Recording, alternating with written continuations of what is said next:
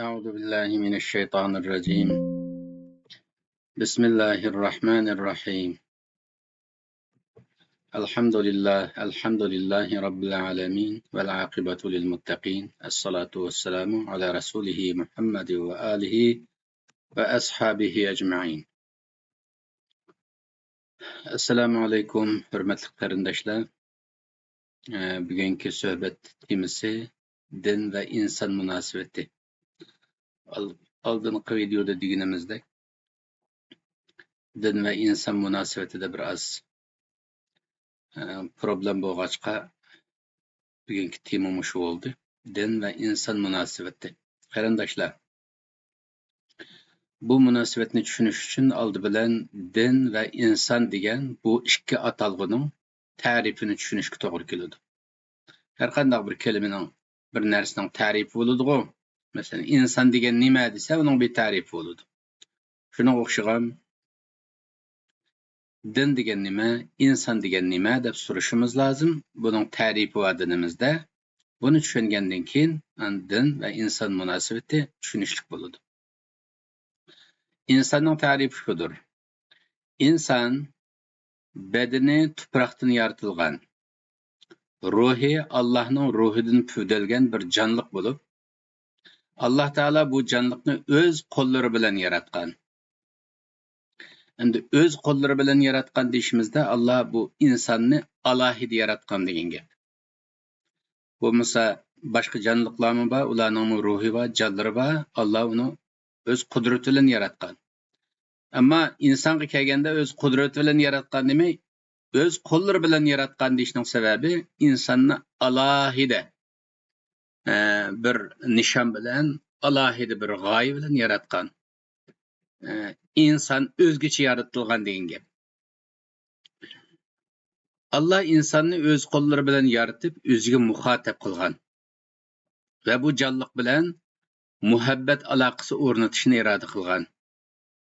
Ya'ni biz yashayotgan bu shahodat olamida insondan boshqa Allah bilan muxotab bo'ladigan boshqa bir jonliq yo'q. Allah bilan muxotab bo'lish deganlik Allohni tushuna oladigan, Allah bilan muomala qilish salohiyati bo'lgan, Allah bilan so'zlasha oladigan va Allah bilan mungdisha oladigan bir saviyadagi ulug' bir maqomga ulashganlik deganlik bo'ladi. Allah Teala insonni mushundaq ulug' va yuksak maqomda yaratmoqchi bo'lg'achqa, shu yaratadigan chaqda mushundaq yuksak maqomda yaratmoqchi bo'lg'achqa insonga o'z ruhidan püdegan. İnsonga yaratilganda Allohning ruhidan püdelgachga inson Allohni tushuna oladigan darajadagi birdan bir jonliq hisoblanadi qarindoshlar. Bu shahodat olamida bu maqomda, bu darajada insondan boshqa bir canlıq yo'q. İnsandan başqa canlıqlarning ruhini Allah Taala öz qudrati bilan yaratgan. Ularning ruhi inson ruhiga nisbatan bekla, oddiy va tuvan bo'lib, Allah Taala ularning hammasini insonning manfaatlanishi uchun yaratgan. Allah Taala Qur'oni Karimda shunday deydi-ku, Allah zaminda va zamindagi har narsani sizlar uchun yaratdi deydi-ku. O'sha yer sharida bo'lgan hatta yer sharining sirtidagi biz foydalanayotgan narsalarning hammasini Allah biz uchun yaratgan. Va bu jonliqlarning hech biri Allohning muxotabi emas, balki insonning muxotabi, insonning xizmatkorlaridir. Bu olamda Allohning muxotabi faqatla inson bo'lg'achqa, Allah Taala inson bilan so'zlashadi, mungdishadi, insonga vahiy qiladi. Shundaqla Allah Taala insonni suydi, so'ygachga insonga u qadar ko'p ne'mat beradi. Diqqat qilaylik. Allah Taala faqatla insonni ashunda yuqori maqomda muxotab qilib yaratqachqa Allah Taala inson bilan so'zlashadi, mungdishadi, vahiy qiladi. Masalan, nurg'un payg'ambarlarga Allah vahiy qildi. Payg'ambarga Allohning tanlab so'zlashgan bandisi. Allohning tanlab bizga o'rnak qilib yuvatgan bandalari. Allah shu orqali demoqchi bo'ladiki, insonlar sizlarmi mush payg'ambardek yaxshi ish qilsanglar, sizlarga berilgan umrdan mush payg'ambarlarga o'xshash yaxshi hayot chiqara olsanglar, mush payg'ambarlardek Allah rizosiga uyg'un hayot yashasanglar, sizlar mush payg'ambarga o'xshash bo'lasizlar, jannatda men bilan abadiy muxotab bo'lib yashaysizlar demoqchi. Alloh taolo insonni suydi. İnsanni söygechke insonga o kadar ko'p ne'mat beradi va bu ne'matlar orqali o'zini so'ydirishga tirishadi. Allohmi bizning Allohni suyishimizni istaydi, xohlaydi. Hamda insonga suyishning va so'ylishning yo'llarini o'rgatadi. Allohning insonni yaratishdagi maqsadi o'zini so'ydirish va bu orqali insonga Alloh sevgisini qozondirishdir. Biz Allah'ını söysek, Allah bizni suyudu. Yani Allah Teala insanı suyuş ve suyuluş için yaratkan. Çünkü Allah'ını suyuş ve Allah tarafından suyuluş şundak bir huzurlu, ulu ve yüksek makam ki bu makamın yolcuları malaikelerden mi uluğdur ve üstündür. Bu yol şundak bir yol ki bu yolun bir uçuda Allah durudu ve yana bir uçuda insan durudu. Bu yolun Allah'a tutuştuğun tarafından Allah tarafka ubudiyet ve ibadet akıdı. Ubudiyet diyen söygü, ibadet, hürmet. Söygü ve hürmet akıdı insandan Allah tarafka bu yolun bir tarafında. Ve insanı tutuştuğun tarafından insana Allah tarafından rahmet ve muhabbet akıdı. Bunda digellik içküyüş ve söygü akıdı. Biz Allah'a ibadet kılgansınız, ubudiyetimizni yaxşılagansınız, Allah'ın bizge içküyüdü. Allah bizni suyudu. Allah Teala insanını bu uluğ yolga özü yetekleydi. Bu uluğ yol Allah'ın kelamında din dep atılıdı. Qarindaşlar her günü 5 vakit namaz kılga vaktimizde Maliki yevmiddin, iyyake na'budu ve iyyake nesta'in deymiz. Aş Maliki yevmiddin'deki din şu din şu. Bu dinni Allah öz kelamında uluğ yol dep ataydı. Sırat-ı müstakim. İhdines sıratal müstakim dep okuymiz go. Allah bu yolni sırat-ı müstakim dep ataydı. İnsan bilen insanның tarifi emdi muşundaq. Undaqda din degen nime? Dinning tarifi nime? Din insanlarning dunyolik va oxiratlik baxt saodati uchun Allah Teala tarafidan loyihalangan bir ilohiy sistema bo'lib, bu sistema insoniyat baxt saodatining kapolatidir. Bu sistemaga bo'ysungan va uyg'un harakat qilgan har qanday kishi Allohni rozi qiladi, Allohning sevgisiga erishadi va dunyo oxiratda baxtli bo'ladi. Ammo bu sistemaga bo'ysunmagan va uyg'un harakat qilmagan kishi yoki bu sistemaga moslashanmagan kishi Allohni norozi qiladi. Allohning g'azabiga uchraydi va nafratiga uchraydi. Va natijada u inson o'ziga zarar bergan bo'ladi va dunyo oxiratlik baxtini vayron qilgan bo'ladi. Demak, din insonni Allohning rizosiga va jannatga ulashtirish uchun Allah tarafidan loyihalangan. Diqqat qilaylik. Allah tarafidan loyihalangan ve yasalgan ilahi bir yoldur ki Allah Teala bu yolunu Kur'an'da sırat-ı müstakim dep ataydı. Sırat-ı müstakim degen mükemmel bir doğru yol degen gep. Qandaq mükemmel, qandaq doğru yol? Hedef nimette bizni bu dünyadan udul aşı bizdinki ahiretki sarayımız bo'lgan jannatga apırdığa yolgu udul degen gep qisqa yo'ldan apıralaydı degen gep. Qisqa yo'lning mushaqqati az bo'ladi, vaqti az ketadi. Mükemmel, onun xatar yok. Şoň biz cennetke baray, Allah'ını razı qılay, ebedi baxt yaşay deydikenmiz. Din ibaret bu doğru yoldan texmi bir yaxşı yol yok. Yuqoridagi bu insan ve din tarifidan biz şunu aniq bilalaymiz ki insan bilan din munosabatida insan maqsad ve din vasıtadır qarindoshlar.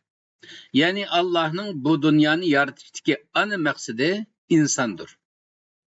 Ve din şu insanı baxtli qilish uchun loyihalangan bir ilahi dastur ve vasıtadır. Xuddi vatan moddiy nuqtadan inson baxt saodatining ehtiyoji bo'lganidek, dinmi ma'naviy nuqtadan inson baxt saodatining ham ehtiyoji, ham kapolatidir. Vatansizlikning qanday xatarlik bir ish ekanligini biz Sharqiy Turkiston xalqi bilyapmiz. Vatan bizning baxt saodatimizningki qanday ehtiyoji bo'lgan bo'lsa,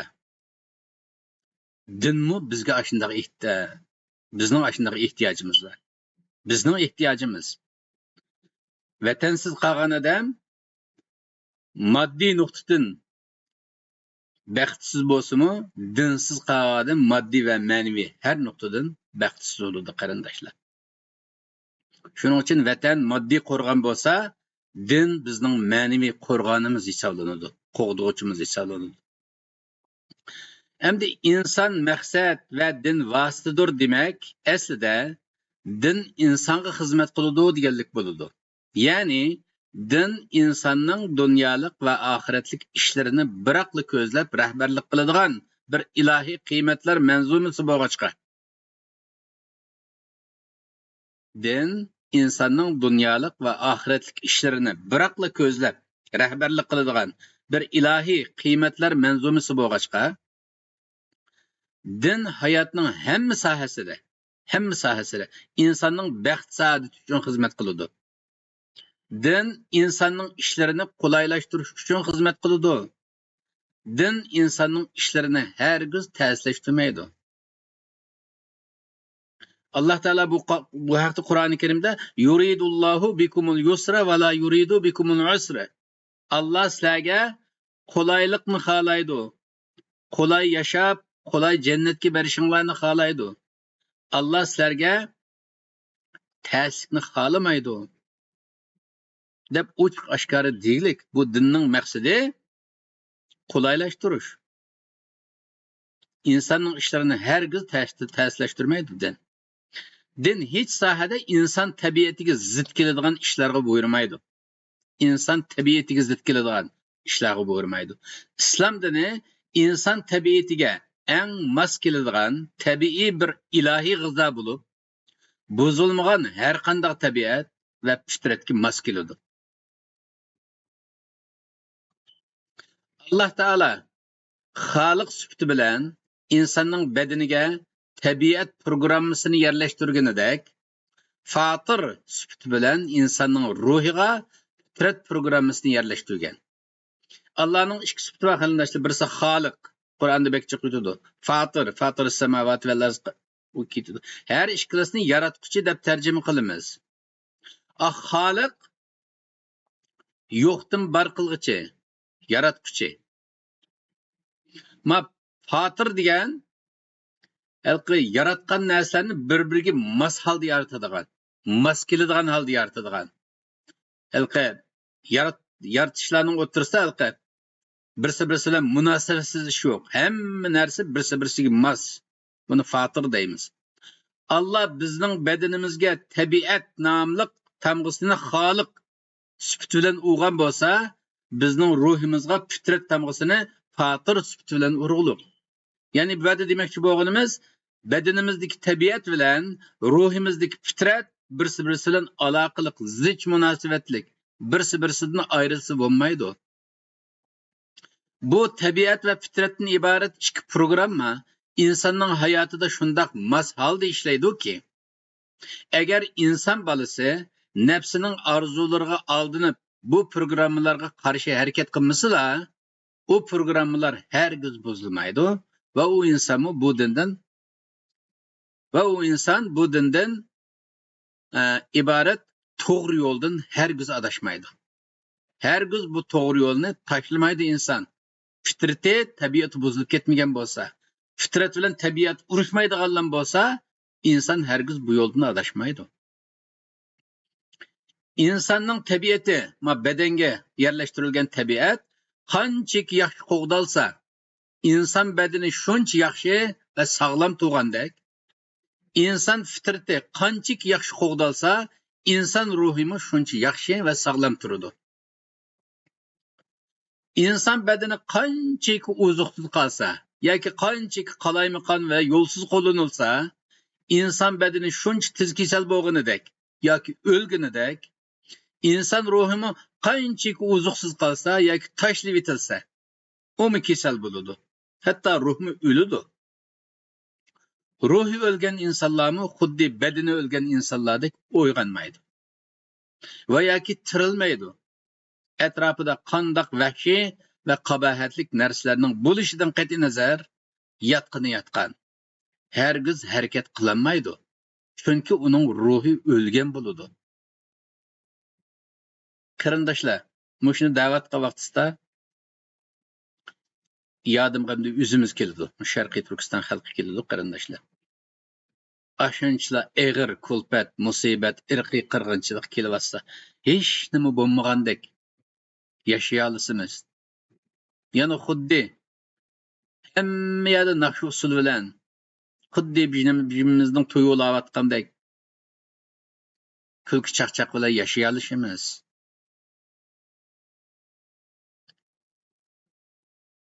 Bek insonni echindirdi. Ruhimiz o'lgan o'xshaydi deydigan gumonga keltirdi.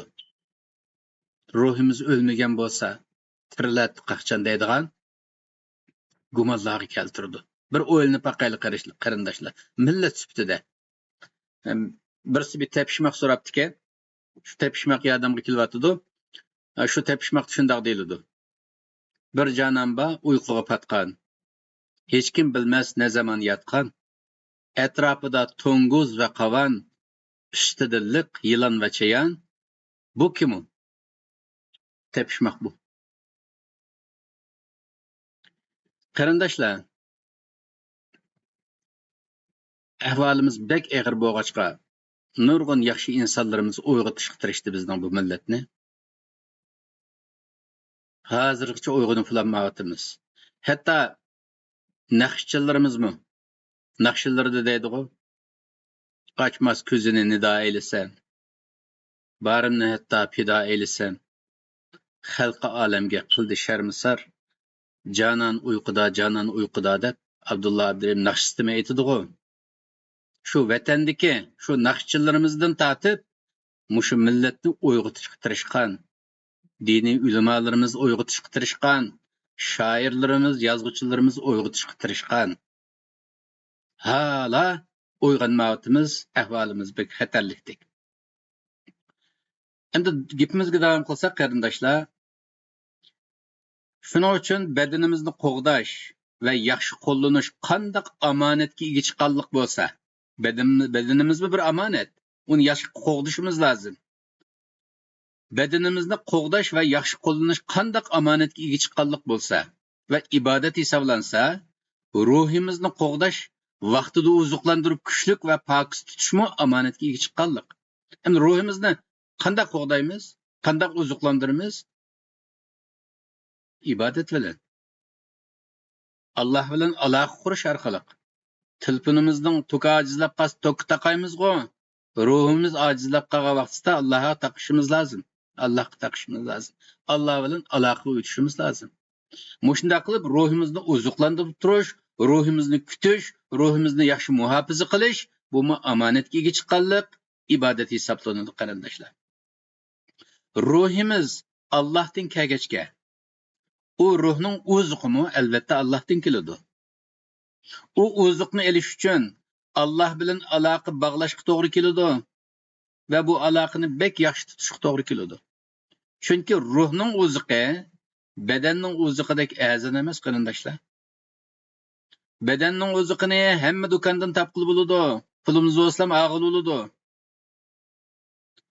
Ammo ruhning oziqini faqatla Alloh bilan aloqa qilgandan keyin, faqatla Allohning izni bilan, Allohning iznini olgandan keyin Allohning dinidan og'il bo'ladi. Ma ruhimizning oziqini dindan og'il bo'ladi, dindan boshqa yerdan ruhi oziq bo'lmaydi.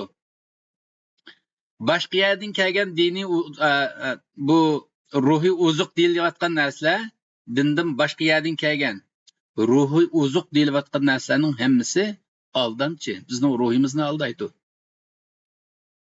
Ruh Allah'dan kelgechke ruhi oziq Allah'tan ve Allah'ның dinidan keladi qarindoshlar. Agar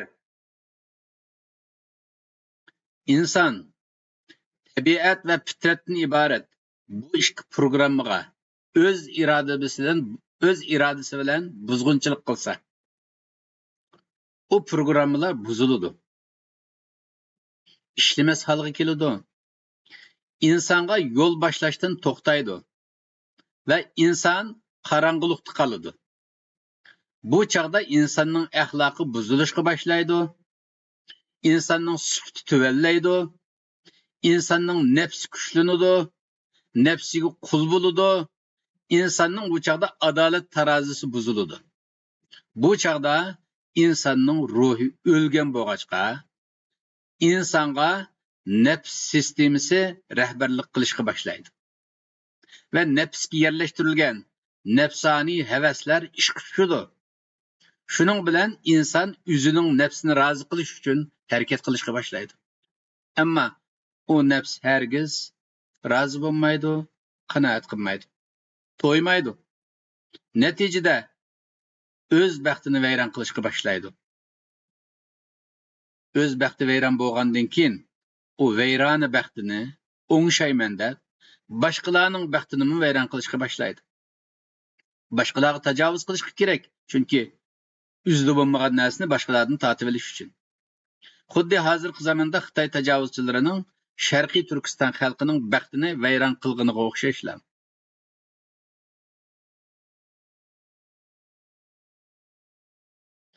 İnson bu holga tushib qolganda uning ruhi xitoylashadi.